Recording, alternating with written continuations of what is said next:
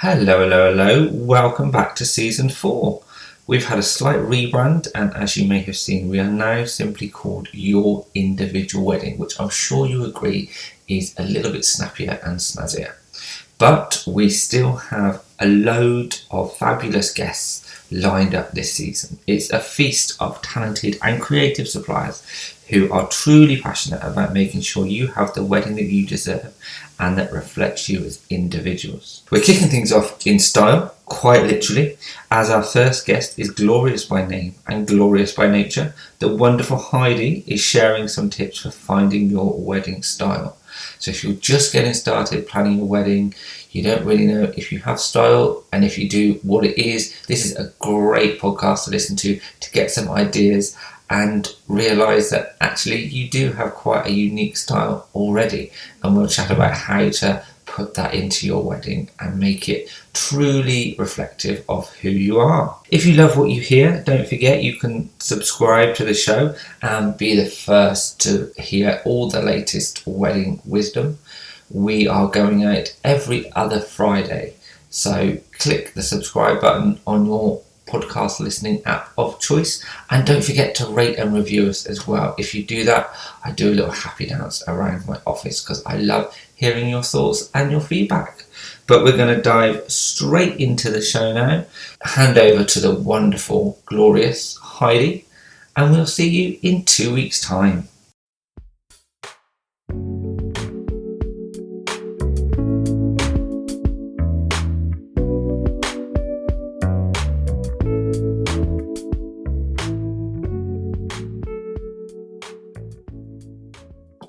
Hi Heidi, thank you so much for your time this afternoon and for being on the podcast.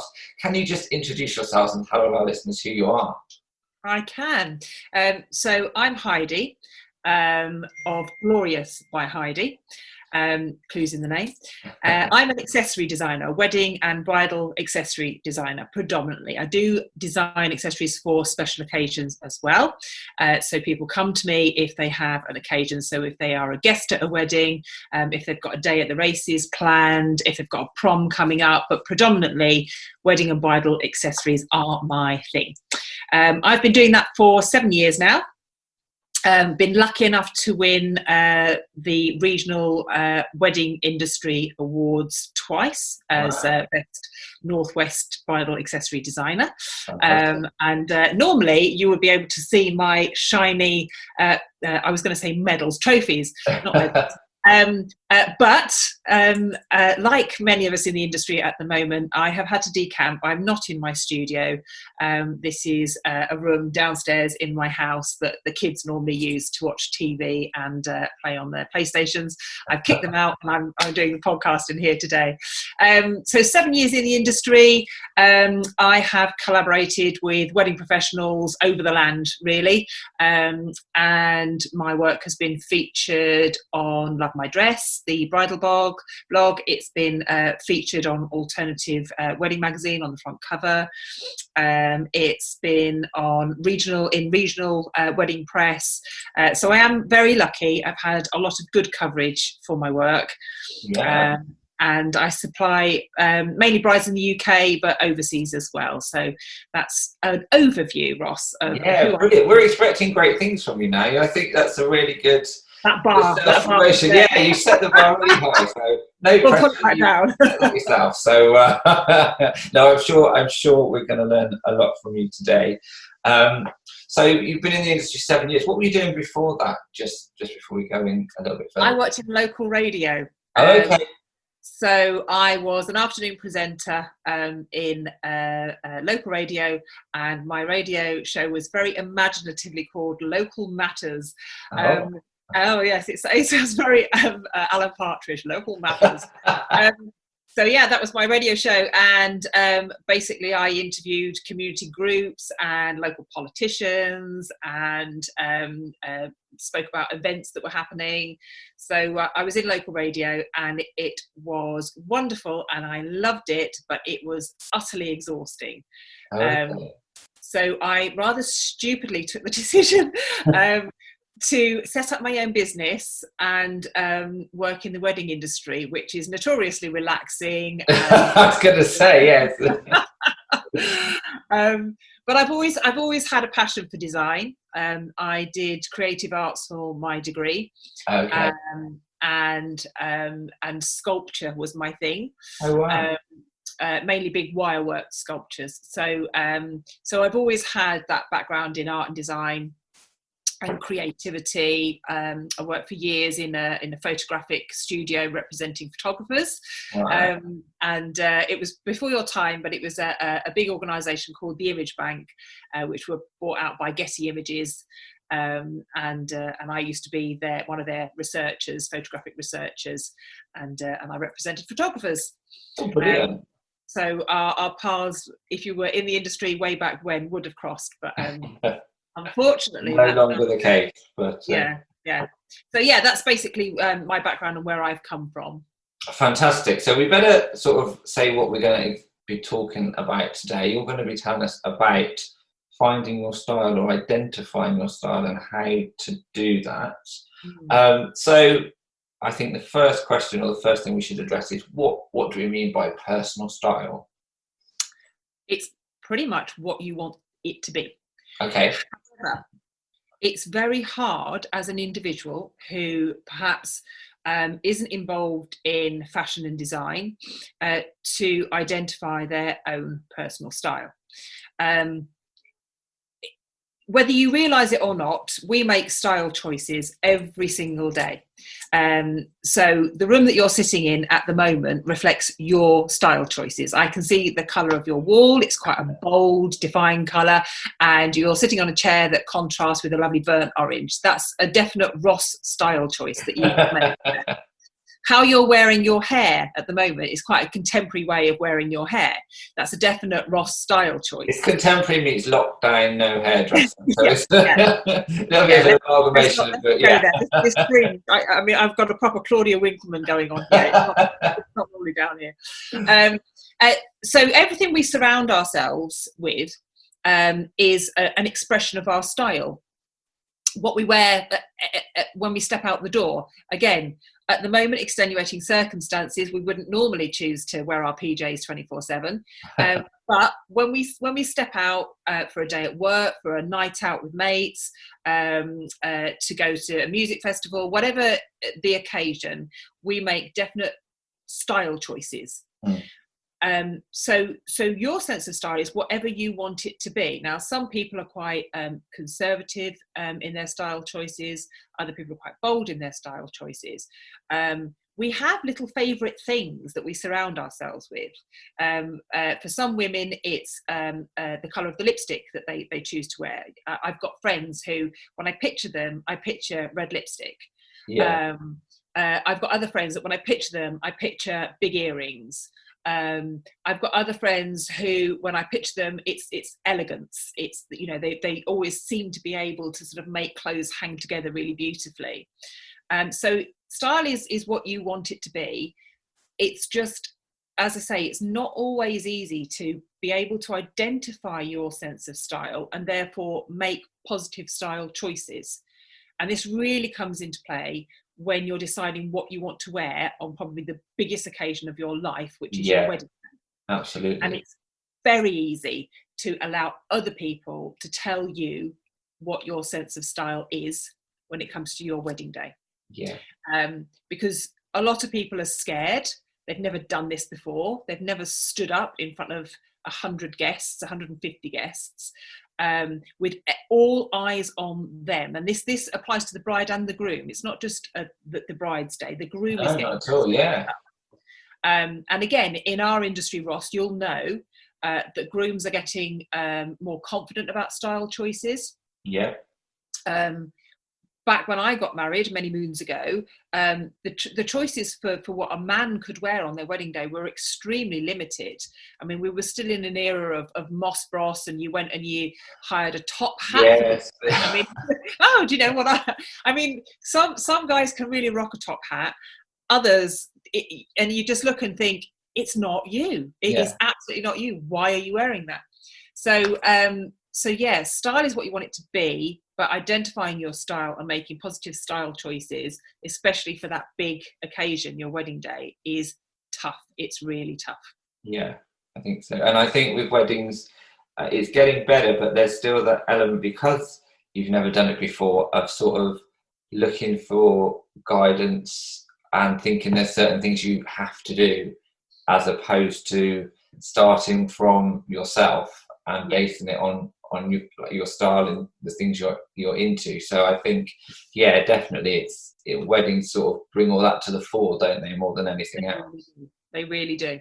And because it's such a big occasion, and because you tend to involve, certainly as a woman, as the bride, you do tend to involve friends, family in your style choices, and you ask for advice. So you will ask your mum for advice, and your mum's sense of style is invariably quite different from yours. Yeah. And I see it quite a lot in bridal consultations, where I can see your eyes light up when I show you something. I know damn well that you have just fallen in love with something, and mum is saying, oh, I don't know, I think you should try this.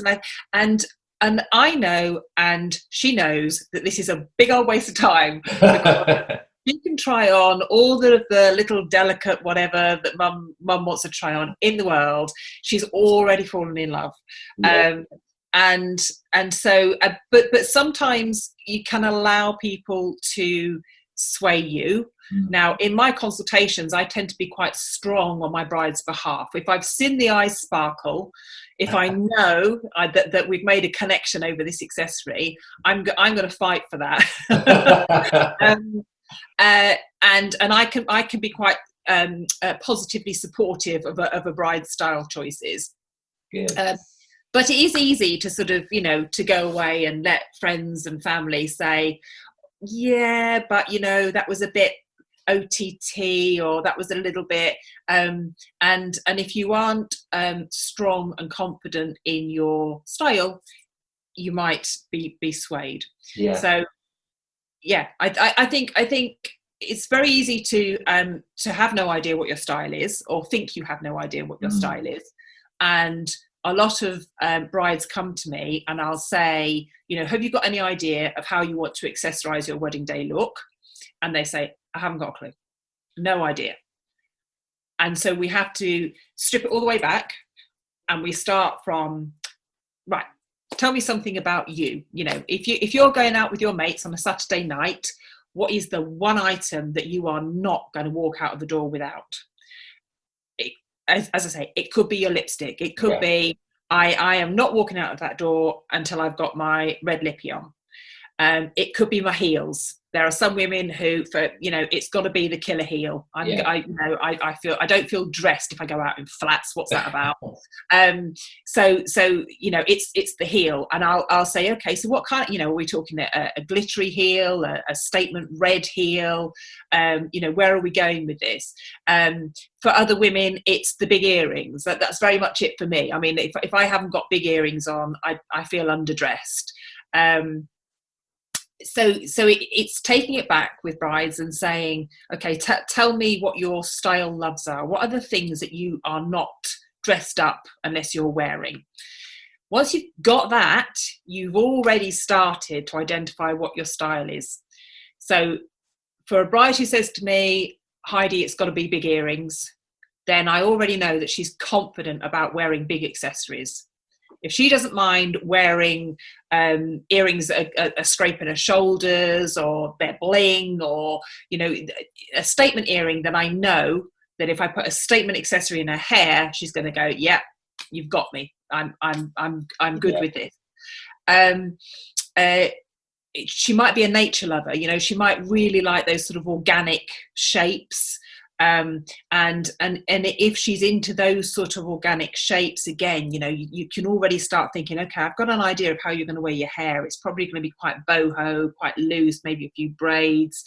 And so rather than the big statement piece, you're probably going to want something that's going to pin into a braid and catch the eye. Or what was that little bit of sparkle? Oh, look, it looks like the sky at night. So, you're talking to a bride who's got that sort of love of an organic flow of nature, little flower pins, little crystal pins, things that are going to sort of fit in with a boho hairstyle. So I always start with that. What let's forget your wedding, let's park your wedding. What are you going to wear on a big night out? It's a brilliant starting point. Yeah, I agree. And obviously this podcast was based on the book that I wrote, and I pretty much said the same thing in general with your wedding. Start with what you like.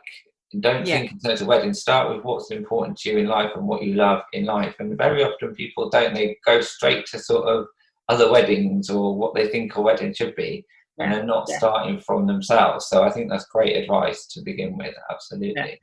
Yeah, absolutely. So that's where we start. Now, there are a lot of other style indicators in our lives, and I've already pointed out to you just the room you're sitting in tells me something about your style choices. And I've actually written a blog piece that. It occurred to me one day. I was looking at. I've got a little Banksy image on the wall in my hallway, and I was looking at this image and I was thinking how much I loved it. And it's quite an iconic one. It's a little girl and she's got one of those little bubble blowers and she's blowing hearts out. Oh, yeah, I know the one. Yeah. So it's quite an iconic image, and I love it. I really love it, and I walk past it every day. And nearly every day I stop and look at it. And I was thinking, what is it that I love about it? I love the fact that it's a Banksy. I love that sort of, slightly rebellious, slightly, he's not a sort of a traditional artist, is he? No. He's a bit underground, or he was. He's not anymore, but he was a bit underground and breaking the rules a little bit. Yeah, and nobody knew who he was, and and some people went, "That's not art; it's graffiti," and you wouldn't hang that on your wall. And so I love the fact that it's a little bit cutting edge, but I also love the sentiment of it. I love that sort of, it's that innocence and that optimistic outlook that sort of blowing bubbles in their hearts, and it's all about sort of childhood innocence and childhood optimism. And so I was thinking all these things about this piece of art, and then it occurred to me that it actually says a lot about my style, that I like to wear things that are a little bit cutting edge, a little bit not traditional, I suppose is what I'm trying to say. Yeah. I got my nose pierced when I was 18, and it was back when people weren't really piercing at the time. And I broke my mum's heart. I did it when I was 17, just before my 18th birthday, and she was sobbing, saying, "You're going to look awful in all of your birthday photos." And so I've always liked sort of, wearing big statement dress rings and things that are a little bit shocking. Yeah. And wearing them in places where you wouldn't normally wear them. So sort of in quite a sort of a formal meeting, I quite like to wear a big dress ring that's like purple and black or something. People, and you can see people looking at it throughout the meeting. What is she doing? And I like that. And I think that Banksy says that about me and my style. And I also think that sort of optimism and that innocence and that romanticism about the image is also says something about me. That there's, that's why I'm in the wedding industry. I like that sort of romanticism that is involved in the wedding industry. So in this blog piece that I've written, I've said to people, if you don't think you have a sense of style, if you can't identify your style, look around your house. Look at the pictures that you've chosen to hang on the walls and ask yourself, what does that choice say about me? I have chosen to hang the water lilies on my wall. So, I like impressionism. I like soft muted colours. I like the way that nature is involved.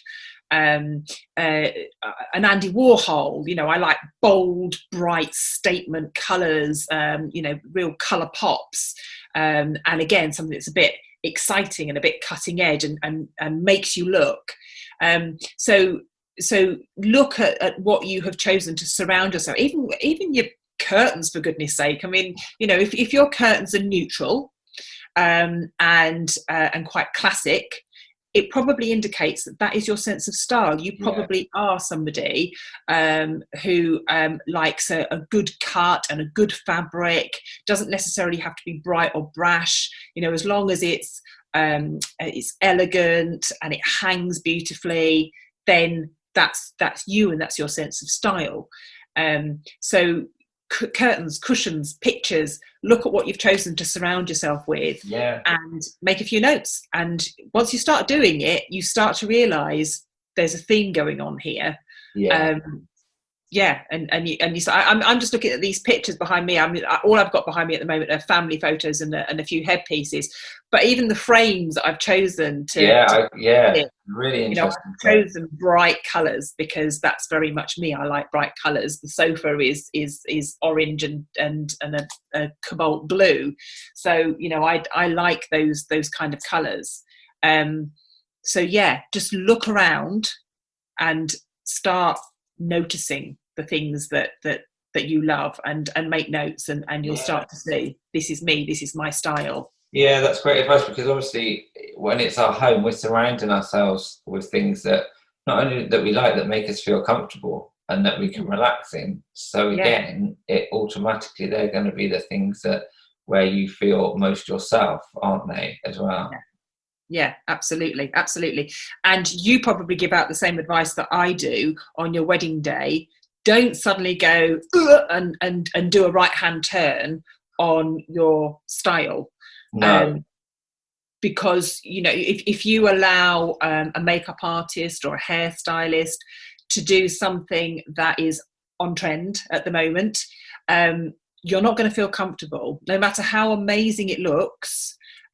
So if a hairstylist says to you, oh no, what you need, you've got to have all your hair up, and it's got to be, you know, you've got to have a lot of sort of boho tendrils coming down, and, you know, and that's just not you. You know, you never wear your hair up, you always wear your hair down. You might at best have a kind of half up do. You are going to feel awkward and uncomfortable and on edge. You're not going to feel happy and relaxed in how you look. So absolutely. And I think there is a temptation again with weddings where it's kind of seen as an aspirational thing, or like you said, the first time where like 100 people are going to be sat looking at you, that you're going to sort of think that, without getting too deep, who you are isn't enough, or you're suddenly going to have to sort of go to these set styles or things that other people are doing to sort of fit that mold. And trends, and again, you'll know this, trends are an absolute horror. Trends are what we look back on in 10, 20 years time and go, what was I doing? And we all do totally. We all look back at those photos of ourselves when we were 18, and, you know, at the time, you know, we were wearing what everyone was wearing, and then you look back and go, oh my God, what was I thinking?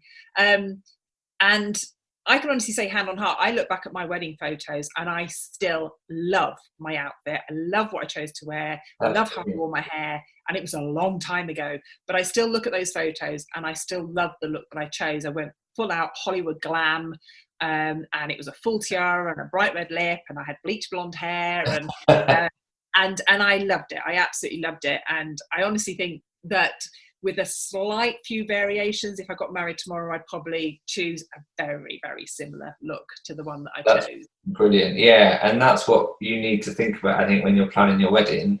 In 10 years' time, am I going to look back and sort of regret anything that I've decided or sort of stepped away from myself? Because I think in the photographs as well, you're going to see even in 6 months, a year, if you're not comfortable and not totally you, that's going to be reflected in how you come across in the photos as well. And I've seen that. I've seen, you know, the real images that work, whatever style of photography you're after, it's got to capture you. And I think so many people talk about capturing the story of your day, but if you're not yourself, you can't capture any story. It begins with you being true to who you are and your style, and then those photos will be timeless. Yeah, absolutely. And yeah, I think as I say, trends can very much. I mean, people can use trends in their wedding days, and if that trend is a fairly timeless trend, then it's not going to date. But I mean, again, you and I will have seen in the last 10, 20 years some sort of very, very, very popular trends, and I'm not going to start naming them because a lot of people loved them. Yeah. and let's be honest, at the time I did as well. I quickly got sick of them and thought, if I see this anywhere else, then. Yeah. But yeah, I think there's a real difference between style and trend, and I think if you sort of read my blog and try and identify your own style. I've got a little quote here that I wanted to squeeze in because I think it really does sum up. So it's Oscar de la Renta, and he says, "Fashion is a trend, style lives within a person."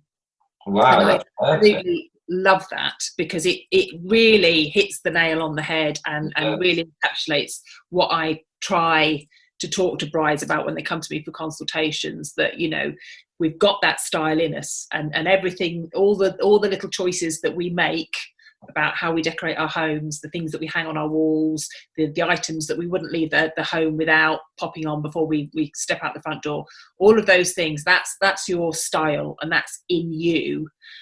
And so I love that quote, because I think it absolutely encapsulates what I'm trying to say. Yeah, I think that's brilliant. And I think I think you've mentioned before, sort of looking at sort of icons that you identify with or that you look up to, but very much those icons are people that redefined, or they stayed true to who they were. They weren't the people that followed fads or trends. They were the people that set them. Really. Yeah, absolutely. And again, if you take a moment to think about your icons, people who have excited you, whether that's through their music or their style, have a sit down and a think about what is it that I really love about that person.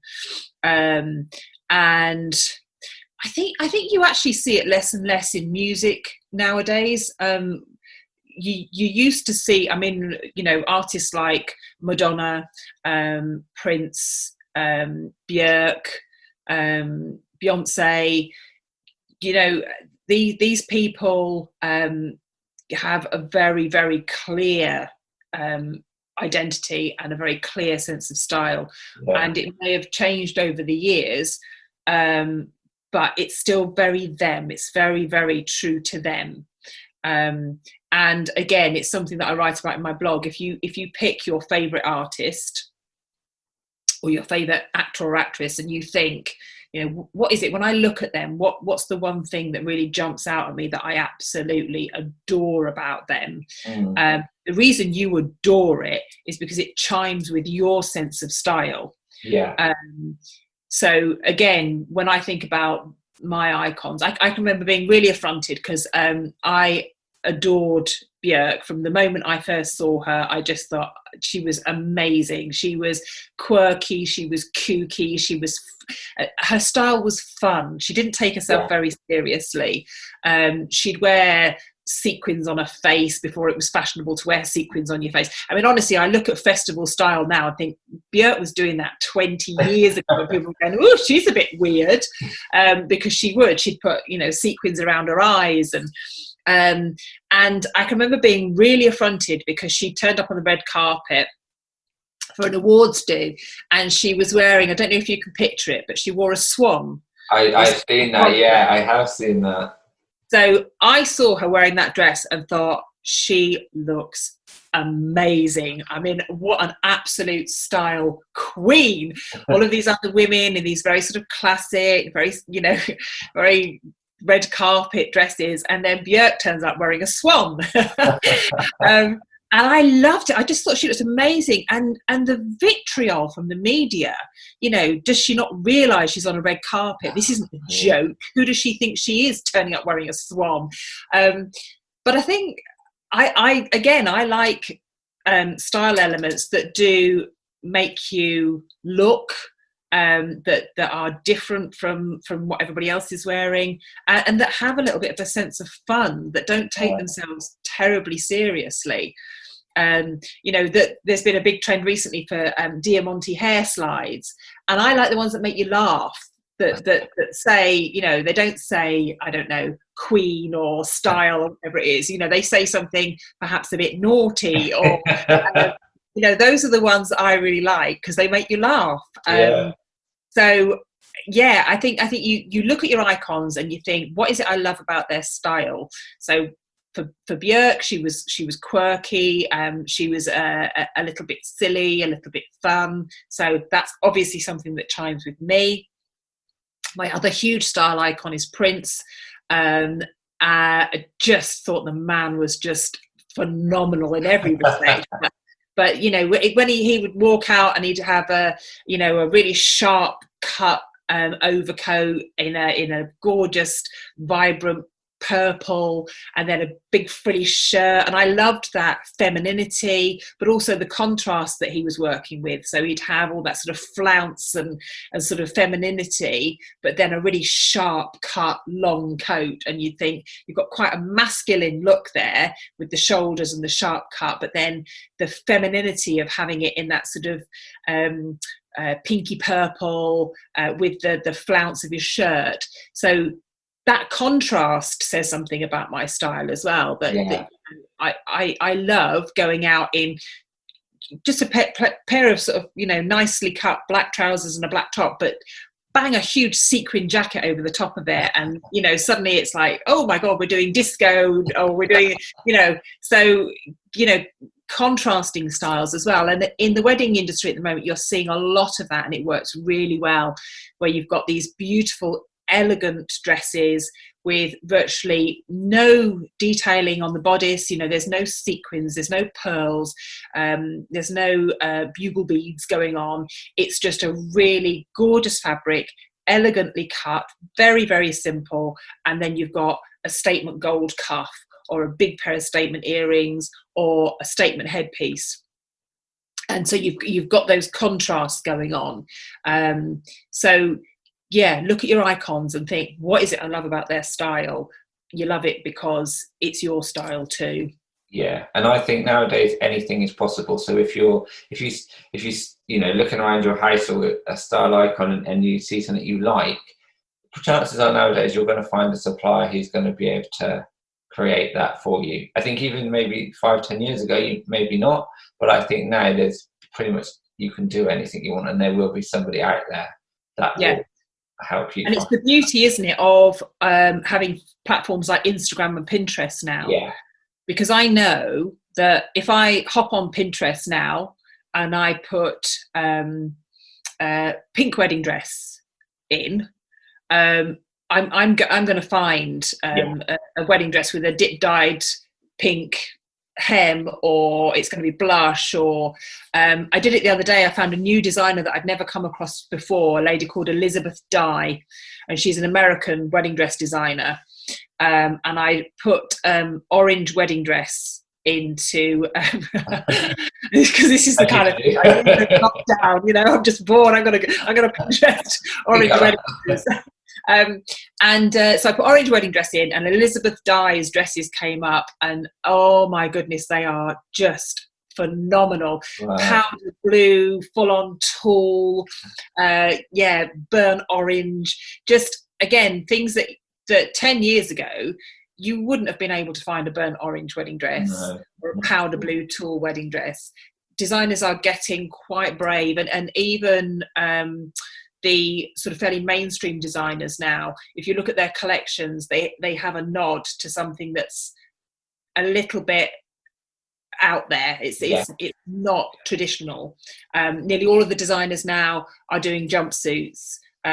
Even 3 years ago, jumpsuits were not really the thing, and now you see jumpsuits all the time. Yeah, I'm seeing a lot of those. Separates, feather capes, brightly coloured dresses, all of these things, yeah, 5 years ago, 10 years ago, they just weren't out there. But now you hop on Pinterest and you type that in and you just sit back and go, woo, and then 3 hours. Do you think for someone who's not sure of their style, do you think Pinterest is a good starting point, or maybe sort of not the thing to do straight away?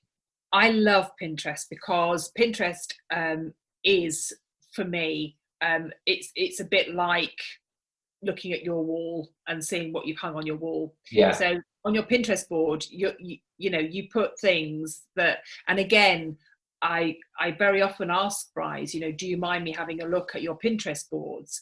And they'll say, oh yes, and they'll show me their wedding board. Actually, what I'm looking for is not the wedding board. I'm looking for the one that says home style ideas or garden ideas, because again, you look at those and they're probably more telling, because sometimes on the wedding board, people put what they think their wedding should look like. Yeah, that's what I was saying, whether, Pinterest is always the best starting point, because it's almost sort of that pressure or that sort of conformity, isn't it?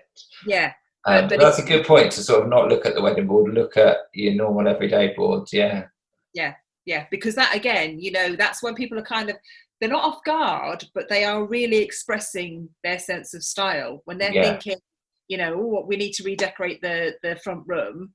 Let's go for, let's have a really strong colour on that wall, and then we'll have a more muted colour on that wall, and we'll have brass light fittings, and we'll have, and again, you're sort of looking, thinking, oh, we've got some quite traditional style elements in there, but then a bit of cutting edge to break through.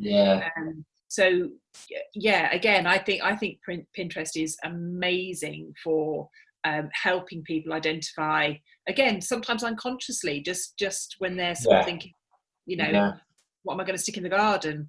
And you'll see that that some people go for those natural tones and lots of different green tones and white tones, and so that tells you a lot about somebody's style. And then you have other people who want the whole thing punched through with some brightly coloured dahlias, or something that pops out, so you've got that sort of beautiful soft nature, and then something that's going to catch the eye amongst all of that greenery.